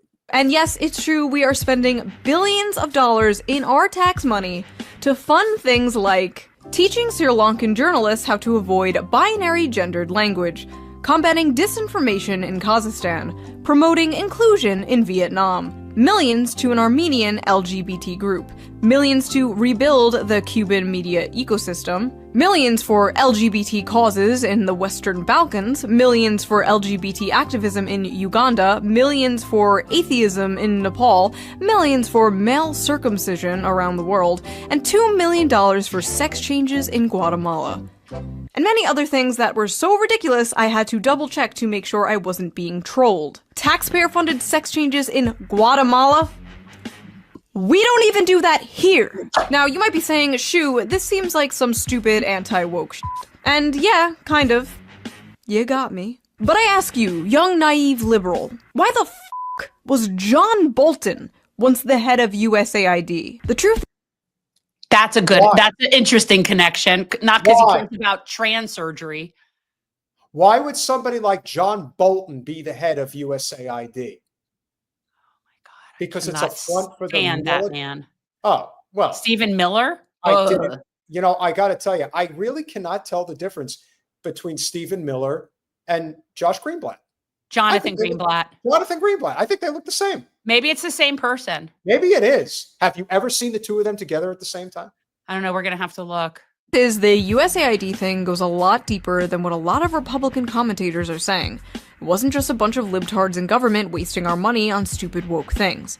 No, there's way more than that. To put it bluntly, USAID is nothing but another form of taxpayer-funded regime change, wearing an innocent mask of aid. Established in 1961 by President John F. Kennedy under the noble guise of aiding developing nations, USAID was, in many respects, an instrument during the Cold War to counter Soviet influence and keep the Third World from crafting its own socioeconomic model. A year after President John Kennedy created USAID in 1961, he told its directors that, as we do not want to send American troops to a great many areas where freedom may be under attack, we send you. It wasn't long before the CIA spotted an opportunity to extend its reach. In 1962, USAID launched its Office of Public Safety to send agents around the world under the guise of training police officers. How much you want to bet this was done without JFK's knowledge? But you see how it's all connected. So the whole point of things like this are to profit the consultant class of people. And in this case, that's NGOs. It's the same thing that the Democrats do with when they're having elections. It's the same thing. These are things that exist to feed their trough of their friends. And that's what it is. It feeds a certain group of organizations that exist to be fed by this. And it's just like a circular argument. It doesn't serve but 6%. Amen. But as it turned out, the trainers were busy teaching enhanced interrogation techniques, a euphemism for torture. The scandal broke out in 1966, and although the office was finally shut down in 1974, the dark practices persisted within military and intelligence circles. By 1980, USAID Administrator John Gilligan was candid enough to describe the agency as nothing more than a graduate school for the CIA. At one time, many aid field offices were infiltrated from top to bottom with CIA people, he said. It was pretty well known in the agency who they were and what they were up to. The idea was to plant operatives in every kind of activity we had overseas, government, volunteer, religious, every kind. You know, it takes me back to 2017 when you had people like John Brennan, John Bolton being celebrated by the elite liberal class. Remember when John Brennan was interviewed by Bill Maher and he was supposed to be a voice of reason of sorts? This is the whole thing about the deep state. This is the whole thing about what ends up happening and how they co-opt these organizations. You know, Chucky the Shoom wasn't lying when he went on Rachel Maddow almost a decade ago saying, if you go up against the military-industrial complex, they have nine, or the CIA, they have 9 ways to Sunday to get back at you. Well, he wasn't lying. So we have been co-opted by these shadow government organizations. And the second that somebody tries to take an axe to it in whatever capacity that may be, and as we've said before, the reason why Trump and Elon are doing this is very likely, almost assuredly, for self-serving purposes. But for whatever reason they're doing it, it's still a good thing. And the fact that everyone is throwing their arms up in the air about, no, we have to protect USAID. Why exactly? Well, isn't that convenient that was how the propaganda was set up, so that people are, for the same reason at the hands off rally, you had people with hands off NATO, right? You're because people hate Trump and hate everything about that, they're going to take the opposite position, and nobody's thinking through the connection. But the problem I have with how they started with this is, like I've said from the beginning, you're coming in and saying that you're going to cut waste, and you don't start with the Pentagon. Then you are wasting all of our time, because everything else is but a drop in the bucket. So even though this is very valid, I don't it still doesn't, But it's still not exciting for me that that's what they're cutting when there's so many bigger things to cut. But anyway. But you would definitely have to agree that in a way, this is connected to the Pentagon. I mean, this is the CIA. It's a major front organization for the CIA. It is, but that's not the 2 trillion, 3 trillion of unaccounted for money. No, that's isn't from USAID. It's from the Pentagon. So I'm this just does matter. But until you're going after Raytheon, until you're going after Lockheed Martin, until you're going after Boeing, General Dynamics, and the like. Exactly. So and the problem is, when you go after things, when you start with stuff like this, all it does is facilitate the wedge issues of things like whatever it was, gay choir or trans surgery in another country. I don't know, whatever it was, whatever the wedge issues are that they found, which are probably like a 0.1% of what the funding of USAID is. And again, not a fan. I think it's corrupt. I think it's filthy. I think it's terrible in the way that it is undercutting what we need to be doing. But I don't think that that's the problem that it's being made to be in either direction. And as Anastasia points out, it's like you're subtracting one problem and you're creating another problem. And you can do a good thing, but if you're going to do 2 or 3, 4 other bad things, then you're not really solving a problem. And this is why we often get back to the issue here of, okay, so we end the war in Ukraine, and that's all well and good, but now you're trying to start a war with Iran, which is infinitely more dangerous and destructive if that were to come to pass. So really, what's the point? That is where we get back to the issue of, do we need a revolution in this country? Part of me wants them to poke a fight with Iran, because I see that'll be the end of Israel. That'll be the end of Israel. Right. So. And which is why I say, I think that in some cases, I think Netanyahu it's like suicide by bomb, because let them start with Iran. Go ahead. Go try that. Go have fun with that. We will be so screwed in ways that people can't even fathom. Correct. You want to talk about an energy crisis? Huh. You want to talk about gas prices? You want to I don't think people really comprehend what poking at Iran. Let me tell you, people, it is by the grace of the Iranians that we are not more screwed than we already are right now. You also have to see the shit talking that the Zionists are throwing at the Pope today. The Pope has just died, and the Zionists can't help themselves. No, that's okay. Honestly, they've been. Fly what Icarus. do you expect from people that have been annihilating churches? They're annihilating churches. And by the way, even in Jerusalem at the Church of the Holy Sepulchre, and I've been to the Church of the Holy Sepulchre, so it's in Jerusalem, it's in the old city, and they're beating and detaining and all this stuff with Christian prayer goers from Easter. And all these people are so far gone. They have no honor, no respect, no nothing. They are just too far gone. They need to be lanced like a boil. They just do. They are just, you cannot reason with these people. They're psychotic. Say that again. USAID was quickly nicknamed the CIA's little sister. Oh, and here is John Bolton holding a trophy given to him by USAID in the shape of a hand grenade. You gotta be kidding me. Can you imagine the awards ceremony wherein he was presented with that? Honestly, you know that somewhere there was a group of people sitting in a room applauding that being handed to somebody. Seriously. Oh, God, if John Bolton can pump enough Viagra to get it up anymore, he probably jerks off looking at it. Jeez, Oh, Louise. On January 12, 2010, a 7.0 magnitude earthquake struck Haiti, killing 220,000 people, injuring another 300,000, and leaving 1.5 million more homeless. In the wake of the catastrophe, the United States provided $1.6 billion in reconstruction funding to Haiti, $651 million of which went to USAID. Rather than employing Haitian construction companies, USAID contracted out the rebuilding projects to international firms.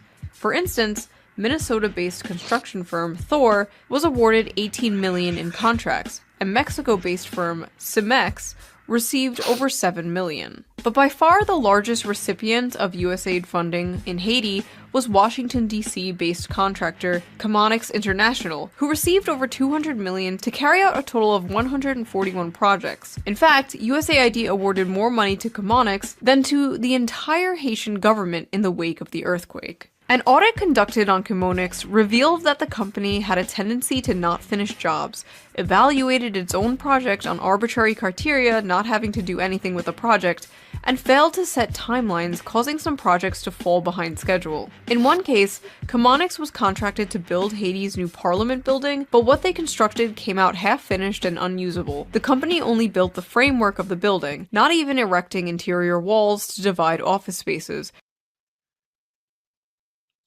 Does this sound familiar, by the way? Very.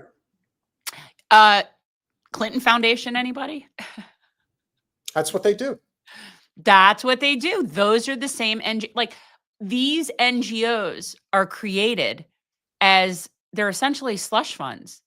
They're tax exempt slush funds. Not essentially. They are. All right. That is Well, they don't call them that, let's say. No, but And look. USAID is basically the middleman for the slush funds. So that's the organization that connects. Oh my God! He's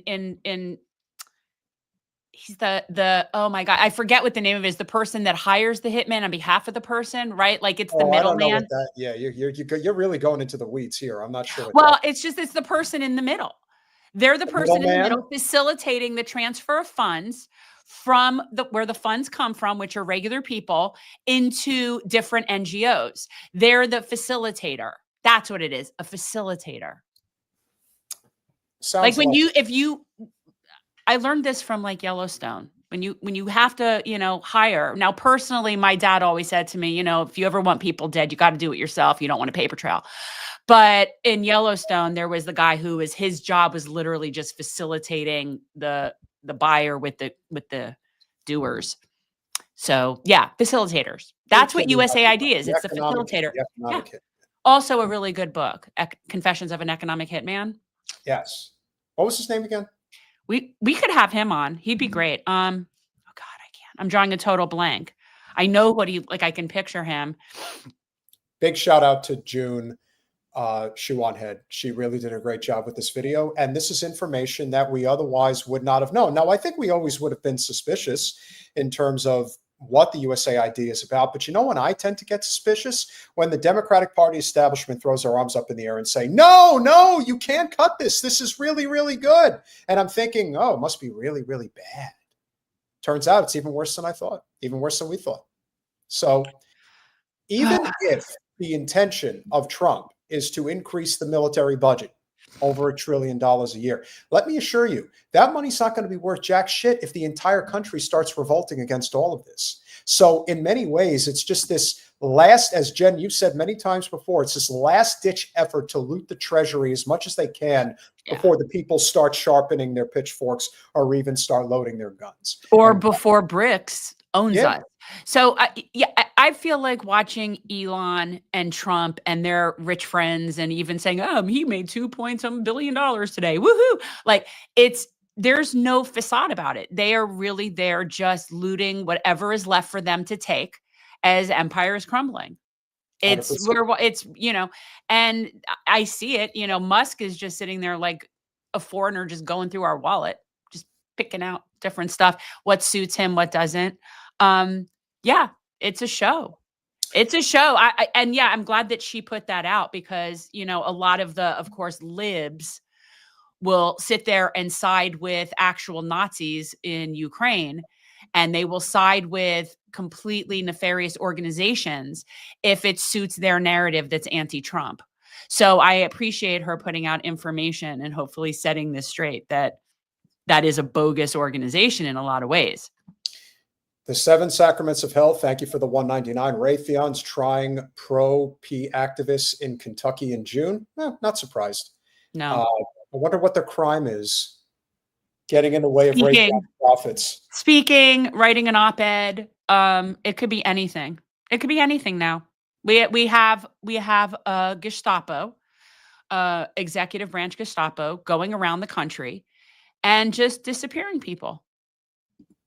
Apparently, that's where we are now. But yet, violence isn't the answer. Do you see how that doesn't make any sense?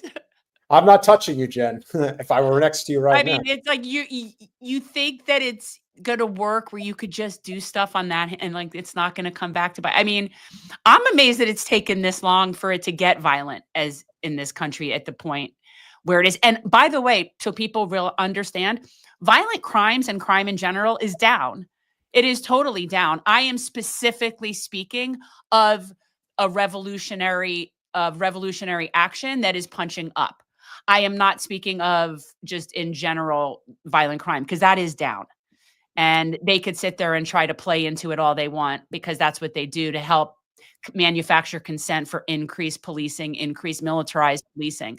But actual violent crime is down. So, but violence as part of, you know, as part of Return of the Jedi, as that is, we're going to start seeing more and more. Just need to find out who our Ewoks are. Brent Boyle, one of our very consistent live stream supporters. Thank you so much for becoming a YouTube member. Really appreciate you being here. And a follow-up with the 5 Canadian that's so sweet. Thank you. Sorry for slacking on membership. Love you guys in the channel. We love you too, Brent. We appreciate you being here. And we love your profile picture. I do.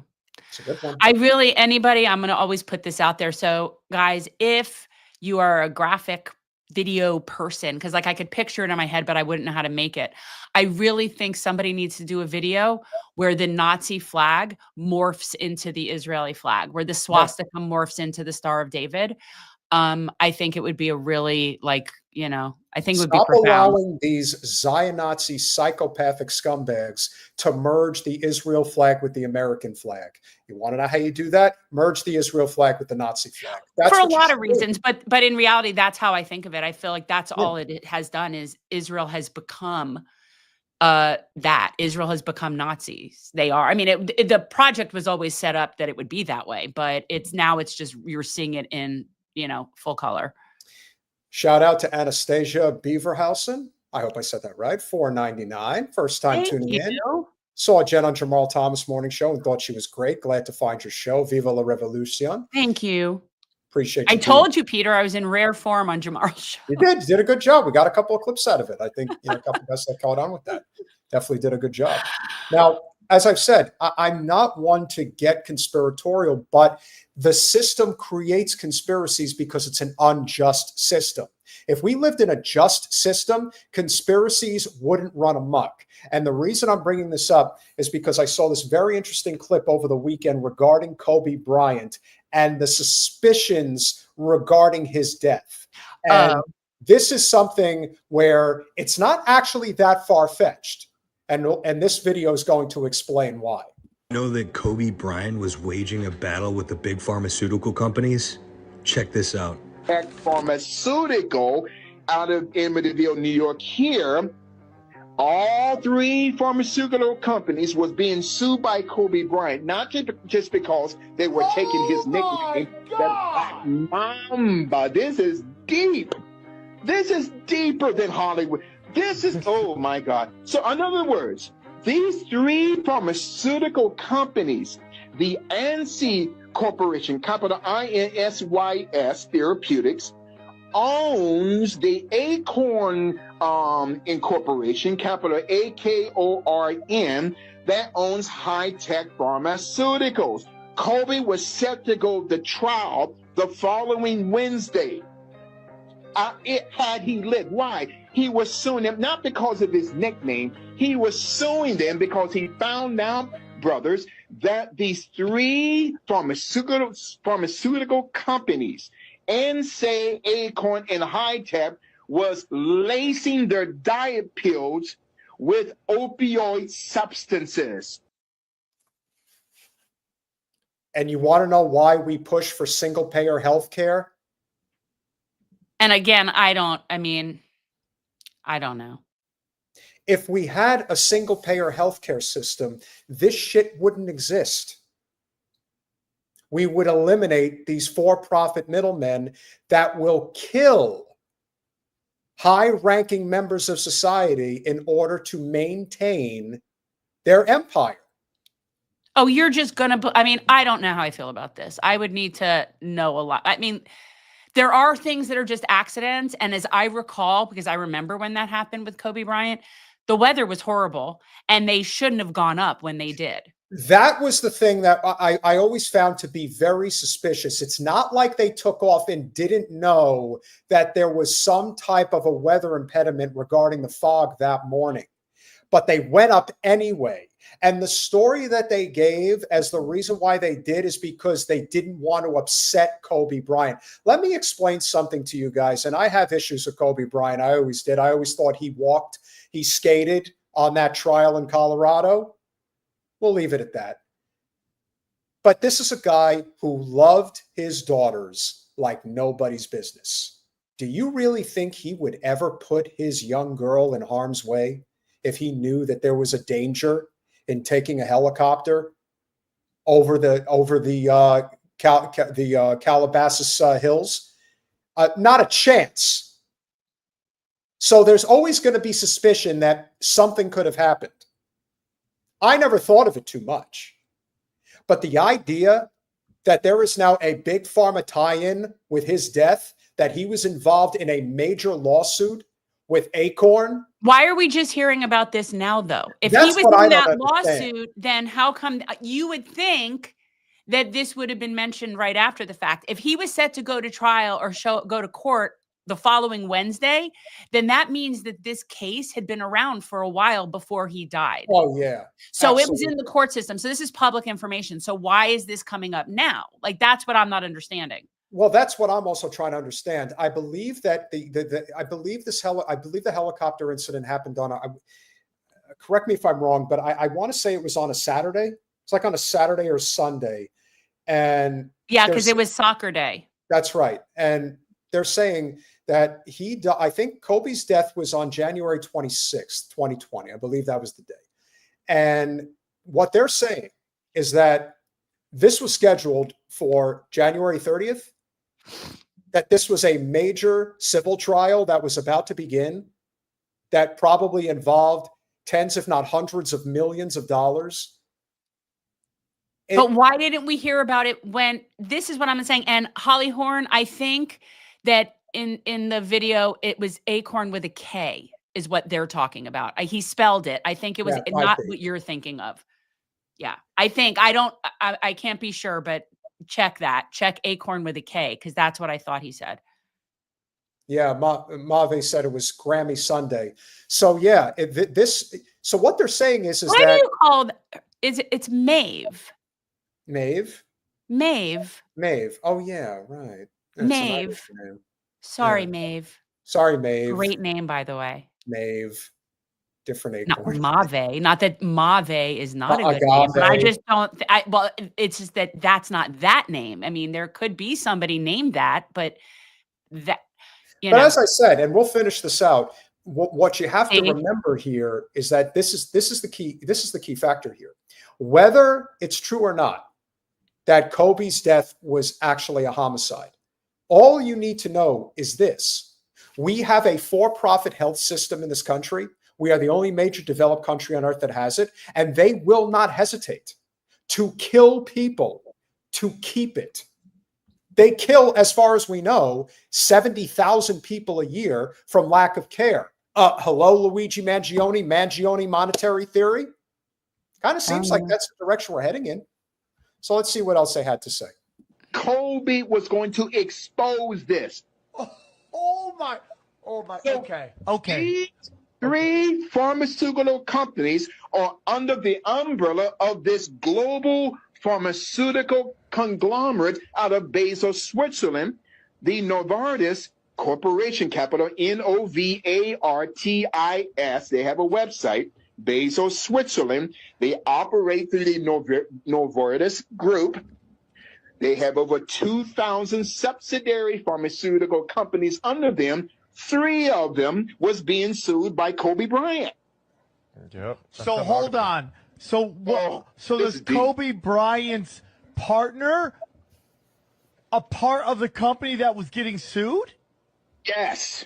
Oh my Jeff God. Steinbold. See, now I'm kind of confused. But and the other question I would have is again, this is how many years old? No, this video was just released. No, but when Kobe Bryant died, like 5 years? 20, yeah. Okay. Yeah. Yeah. So, I mean, I don't understand why this wouldn't have been brought up sooner. That's what I don't understand. Like, how is this news now? Yeah. That's what I don't get. know. You know what? I don't know. I don't know. There are many things that end up coming out years later. The Zapruder film for the JFK assassination was not released until, 1969? Yeah, but That this was is when- public information. It was a lawsuit. That means I that understand. that means it was an existing lawsuit.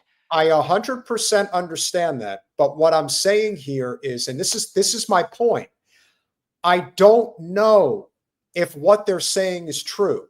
It could be. Is it even possible that Kobe Bryant's death and the death of the 7 people on board, including his 11-year-old daughter, was a murder? Yes. Nothing is out of the realm of possibility when you are fucking with the capitalist system that's cratering. People will kill for a lot less than this. That's the thing that people forget. We're not Like the premise is that we shouldn't even be in a position where this would happen. Like this can only happen because of this system.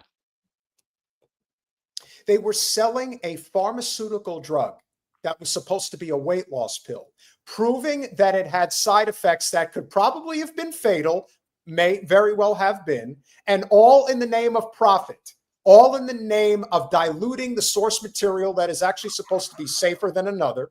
This is why fentanyl kills people. This is why people should never, ever buy cannabis from anybody that they don't know who actually grows it. This shit's dangerous. And the reason it's dangerous is because people want to make money. And there are people who will make money at any cost. That includes killing people in order to profit. It's not a stretch. It's not a conspiracy. It's not out there. This is reality. Do I think more of this about Kobe Bryant will come out? Maybe. Maybe it won't. Maybe our clip will get flagged, just like one of our clips actually got flagged over the weekend. Would you care to guess which clip it was? They flagged our clip with Bernie Sanders speaking at Coachella. This is the level of censorship that is getting to the point of insanity. Well, So wait. They've pulled it for copyright issues, or because why would they pull that? Oh, I mean, I don't know. But there was nothing in the video that said it was Coachella. It doesn't matter. It's the fact that they copied, the fact that they flagged it is crazy. I just don't see why it wasn't the content. No, exactly. So that doesn't even make sense to me. We've put out a lot more subversive stuff than that. Josie, you may be right. I'm not saying it's not the case. But here's always been the thing that I always found hard to believe about Kobe's death. It wasn't the fact that he died. It's the fact that he died with his kid. I just don't see a case where if the weather was dangerous, and it clearly was a very foggy day, any video But footage. he might not have known, like the pilot very well, or whoever said That's it's my fine point. to go. They It's fine might to not have go. known. They might not have known. Do I think Kobe would have cared as much if it was just him? No. But do I think he would have cared if he knew about that and he had his little girl with him in that helicopter? Yes, I do think he would have. He would have, but the point is that there was fog.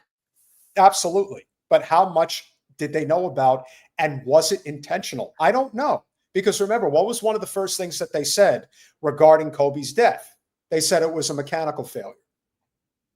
They also suggested that the pilot was disoriented. And all of these things are very possible. We will never know. There are always things that we will never know the truth to. But do I think that there could have been a financial motive to eliminate Kobe Bryant, to eliminate this lawsuit that could have cost God knows how much money for a major pharmaceutical company? I don't think it's a stretch at all. That's my opinion. Yeah. Well, nothing surprises me. Nothing surprises me at all. And that's why if we had a single payer system, this is the type of stuff that would not, these wouldn't be stories anymore, because we wouldn't be worrying about these types of stories happening, because we wouldn't have the for-profit middlemen in between us and our doctors. And that's what we have to fight for. So, obscure story? Absolutely. But is it impossible? I don't think so. Nothing is impossible. Brett, thank you so much for the $2 Canadian dollars. Zionists were the Nazis needed for their Israel. Correct. It's true. And still, there is the connection. Yes. Jacob Sanders, thank you for the $5. Hey guys, I was wondering if you could talk a little about your thoughts on 24-year-old David Hogue and his plan to unseat Democrat incumbents. Here's my thought. Here's my thought. I've got one thought about that. Welcome, Jacob. David Hogue on the Sunday morning show said unequivocally, we support Hakeem Jeffries as the next Speaker of the House. So whatever plans he has to primary incumbents, never lifted a finger, didn't even acknowledge Jen's existence when she ran against Wasserman Schultz. And why is that? Because David Hogue has controlled opposition. Thank you. That's all. He is somebody that he's very opportunistic. He is somebody that has made an entire existence based on the Parkland shooting. He got in with the gun control movement, same that propelled Maxwell Frost to where he is. They're single issue people, and he just basically got a career out of it with the Democratic Party. That's basically it. And he comes from privilege, and this is not somebody, he's their Gen Z representative, if you will. Oh yeah. And that's basically it. He's an operative for the same corrupt corporate bullshit. He's just the Gen Z version. And not only that, but when James Carville comes out and says that David Hogue is a little twerp, you know what I say? Let them fight. That would be great. Let them fight. But I think that it's just ceremonious to have somebody like him. They realize that they're trying to reach the young people, the young elite people, because, regular young people that are busting ass to try to survive, they're not interested in the gun control issue. That's not their top priority. And these are just, people that, and I've said it many times, the people where that's their primary issue are all people of privilege. Always. Anybody whose top priority is the gun issue are people of privilege. And or people where something specifically happened to them. But because otherwise that's not the priority. But so yeah, I'm not a huge fan of David Hogue. Shout out to Willie Bragg. Guys, if you're not subscribed to the Willie Bragg Show on YouTube, please make sure that you do. Thank you for the $10. Rest in peace, Pope Francis. I would have been here earlier, but I was having camera issues. I'll have to watch this later tonight. Later on at work tonight. I am looking forward to hearing about Shoe on Head. We're happy to have you here as always, Willie. We look Thank forward you, to Willie. you as well. So, what do we have coming up, Jen? What do we have coming up? What do we have coming up? What do we have coming up? Well, guys, I will, it's not official yet, but we're working on it. It's going to happen very soon. So Blakely is going to be a guest on our podcast in May. So Ooh, that'll be a fun conversation. fun. And what we're going to do is when we get Blakely here, I am going to make sure that she gets us the contact information for Jacob Berger. They have been doing a lot of content together. Oh, I'd love to talk to him. I love him. He's He's so freaking funny to me. He's great. He's great. It's funny. She makes very serious videos sometimes. And so, I don't think of her as comedically, like they do some fun stuff together, but whereas he's just he's hilarious. She's serious. I have a lot of respect. Oh, so what we have on Thursday is Eli Clifton, who, and you need to read whatever it was that he put out. There was an article that he did recently addressing the background of the big Adelson donors and about the connection between Miriam and Donald and all that. So, yeah, I know that that's something that you find very interesting. Well, considering that I do believe that Miriam Adelson, and very much like the NBA, basketball is the sport that I played, and I am watching the league, the NBA, that I've actually always liked since I was young. But the sport has changed dramatically and for the worse. And while we do hold, of all the billionaires, Mark Cuban, at least in somewhat of a reasonably decent regard, there's a part of me that can never forgive him for selling the team to Miriam Adelson. Like, that's just horrific. Yeah, I don't care. That's rich people problems. I just don't care. You know what I mean? What rich people buy and sell teams, and really only wealthy people can afford to go to games. And so that's just a whole bunch of rich people problems. We appreciate that, Del Solverde. We really appreciate Truth Bearer, first time catching alive. You guys are all great. So Israel owns the Mavs, and not really, but by the transverse, by the transitive property, yes, by the because the Zionist queen herself owns the Dallas Mavericks. Right. And she did buy the West Bank. So I guess you could say the same. Let's just say the Mavericks and the West Bank are under the same ownership. Let's say that.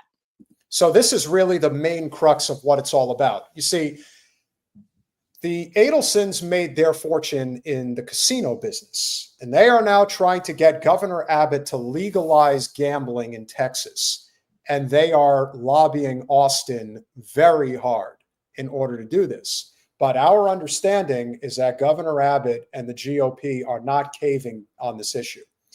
And so it is a conspiracy of this moment. But the conspiracy is that because they're not currently and maybe not likely going to get their gambling operation, the Adelsons are basically instructing the general manager, Nico Harrison, and the rest of the Dallas Mavericks organization to basically tank the franchise to the point in which they turn off the fan base so much, lose enough revenue that they justify selling the team to Las Vegas. It's like Major League happening in real life, but with basketball. Yeah. Only the difference between baseball and basketball is, in baseball, the playing field is a lot more leveled. Whereas in basketball, if you don't have superior talent, you can't win. It's that simple. So if they want to tank them into the ground, they can tank them into the ground. And maybe that's what they're going to do. So basically what you're saying is Miriam Adelson is holding an entire city hostage by tanking their basketball team in the hopes that they'll give in and allow them to have whatever gambling shit they want to have. That's what you're basically saying. Oh, absolutely.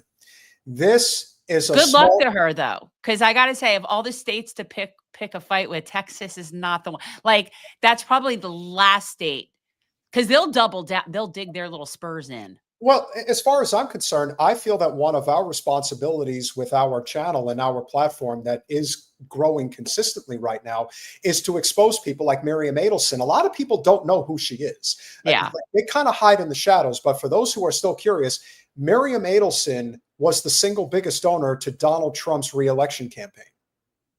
She gave him $100 million. And do you know what she wants for that $100 million? The annexation of the West Bank. Well, she wants Greater Israel, Samara, Judea. I mean, all of it. She also picked the Zio cabinet. So, I mean, there's a lot of power that comes with that. And apparently she wants gambling in Texas. But, Texas is... Don't mess with Texas. Don't mess with Texas. And, I have a very special affinity. My older is a Texan, and I lived there for 6 years. And I really do love Texas. So don't mess with Texas. Yes. Guys, I'm going to save this clip for Thursday. Colin, save the clip from More Perfect Union on what is that one? On Palantir.